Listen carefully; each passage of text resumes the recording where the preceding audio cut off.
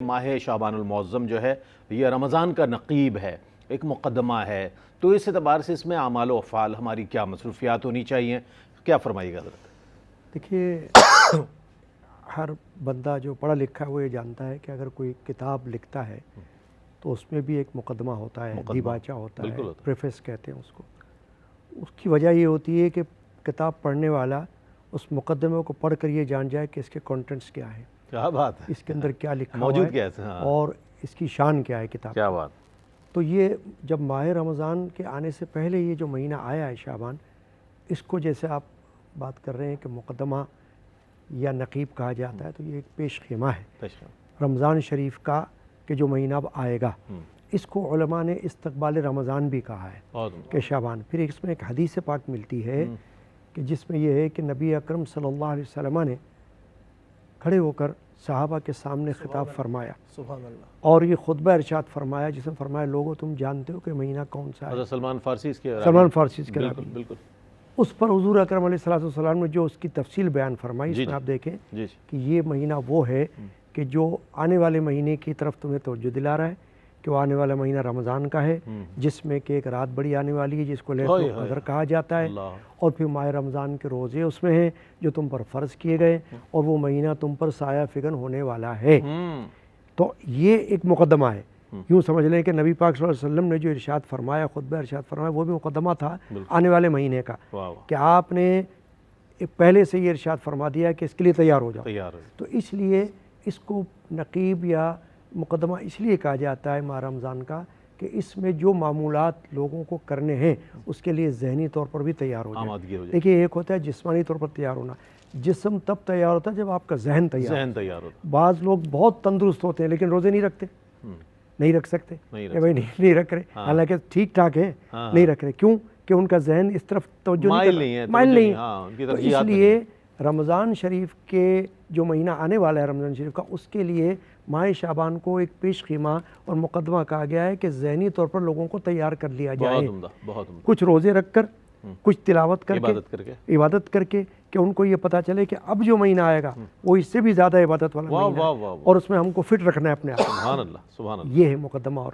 مفتی کیا پیغام دیجیے گا؟ بہت اہم موضوع ہے اور بہت اچھے موقع پر میں تو ARYQ TV کانٹینٹ ڈپارٹمنٹ کو مبارکباد پیش کرتا ہوں کہ ایسے موقع پر یہ موضوع رکھا گیا ہے کہ جب لوگ واقعتاً یہ نہ کہیں کہ ہمیں تو 15 شعبان گزر گئے، ہمیں تو معلوم ہی نہیں تھا کہ شعبان کی فضیلت کیا ہے، ایسا ہرگز نہیں۔ الحمدللہ ثم الحمدللہ ARYQ TV بہت مضبوط کانٹینٹ پیش کرتا ہے تاکہ ناظرین کو اویئر کیا جائے، ایجوکیٹ کیا جائے کہ آیا کرنا کیا ہے آپ نے، کیا پیغام دیجیے؟ میں اس بات کی آپ کی مکمل تائید کرتا ہوں منمان جو آپ نے فرمایا۔ دیکھیں، ایک تو یہ ہے کہ اس نصف شعبان المعظم میں خاص طور پر مغرب کے بعد 3 نوافل پڑھے جاتے ہیں، 6 نوافل ہوتے ہیں، دو کر کے۔ اس میں درازی عمر بالخیر کے نوافل ہیں، اور آفات و بلیات سے حفاظت کے، اور اسی طریقے سے جو ہے وہ صحت عافیت کے، مخلوق خدا کا محتاج نہ ہونے کی نیت سے یہ پڑھے جاتے ہیں۔ یہ مستحب ہے، نفلی ہیں، ہمارے اسلاف کا طریقہ ہے، پڑھیں گے ثواب ملے گا، نہیں پڑھیں گے تو کوئی گناہ نہیں ہے۔ اور دیکھیں، جو لوگ منع کرتے ہیں انہیں یہ چاہیے کہ وہ دیکھیں تو صحیح کہ کس چیز کا کہا جا رہا ہے، کیا رہے ہیں، نوافل پڑھنا، کسی وقت بھی نوافل پڑھے جائیں وہ بالکل صحیح ہے۔ اسی طریقے سے رات میں قبرستان جانا حضور نبی کریم علیہ السلام سے ثابت ہے، ام المؤمنین سیدہ عائشہ رضی اللہ تعالیٰ عنہ کی روایت ہے۔ لیکن اس رات میں قبرستانوں میں اتنا رش ہوتا ہے کہ آپ عشاء کے بعد جائیں تو صبح واپس آئیں۔ تو میں کہوں گا کہ آپ اگر نہیں جاتے نہ جائیں، عبادات میں اپنی رات کو گزاریے، پھر آپ صبح ہونے کے بعد یا دوسرے دن آپ جا سکتے ہیں جب رش نہ ہو، تاکہ ایسا نہ ہو کہ رش میں آپ کی یہ جو عبادات ضائع ہو جائیں۔ اور آخری بات کہ یہ رات خامخواہ جاگنے کی رات نہیں ہے، یہ رات جو ہے وہ پٹاخے اور یہ پھوڑنے کی رات نہیں ہے، یہ رات عبادت کی رات ہے۔ اگر آپ کو یہ کام کرنے کے خامخواہ گھومنا ہے، پٹاخے پھوڑنے، تو خدا کے واسطے عشاء کی نماز کے بعد سو جائیں اور صبح فجر کے لیے اٹھ جائیے گا، آپ کے لیے اتنا ہی کافی ہے۔ بہت اچھی بات۔ آپ کیا پیغام دیجیے گا؟ چونکہ ظاہر ہے مفتی صاحب کی تائید میں بات کو آگے کرتا ہوں کہ یہ اچھی بات آپ نے فرمائی کہ دیکھیں خاموخواہ جاگنا نہیں ہے اس رات میں، بلکہ اب میں تو یہ سمجھتا ہوں کہ یہ جو پٹاخے اور آتش بازیاں ہیں اس سے لوگوں کو نقصان پہنچتا ہے، خود اپنے کو بھی نقصان پہنچ سکتا ہے، جس طرح کہ آگ لگ جانا، اور یہ ہماری روایت بھی نہیں، روایت ہے ہماری تو ہے ہی نہیں، دوسروں کی روایت ہے۔ جس میں بات یہ ہے کہ بعض اوقات بہت پہلے انہی مہینوں میں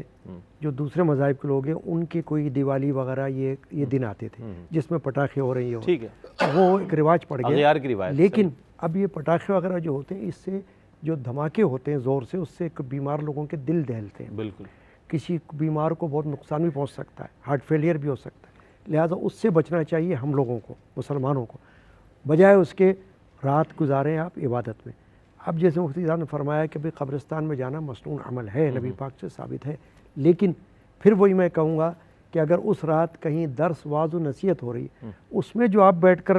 علم حاصل کریں گے اس سے آپ کو آگے مدد ملے گی، جی بالکل، اور تھوڑا پہلے چلے جائیں، فاتحہ پڑھ کے آ جائیں، بہت اچھی بات، ضرور پورا دن پڑا ہوا پورا دن ہے، چاہے اس دن چلے جائیں یا بعد میں چلے جائیں تو وہ بھی آپ کا عمل پورا ہو جائے گا۔ باقی آپ یہ کریں کہ اس رات میں عبادت جتنی ہو سکتی وہ کرتے رہیں۔ ایک بات اور مفتی صاحب نے بھی فرمائی کہ بعض لوگ کہتے ہیں جی نفل پڑھنا ہے، دیکھیں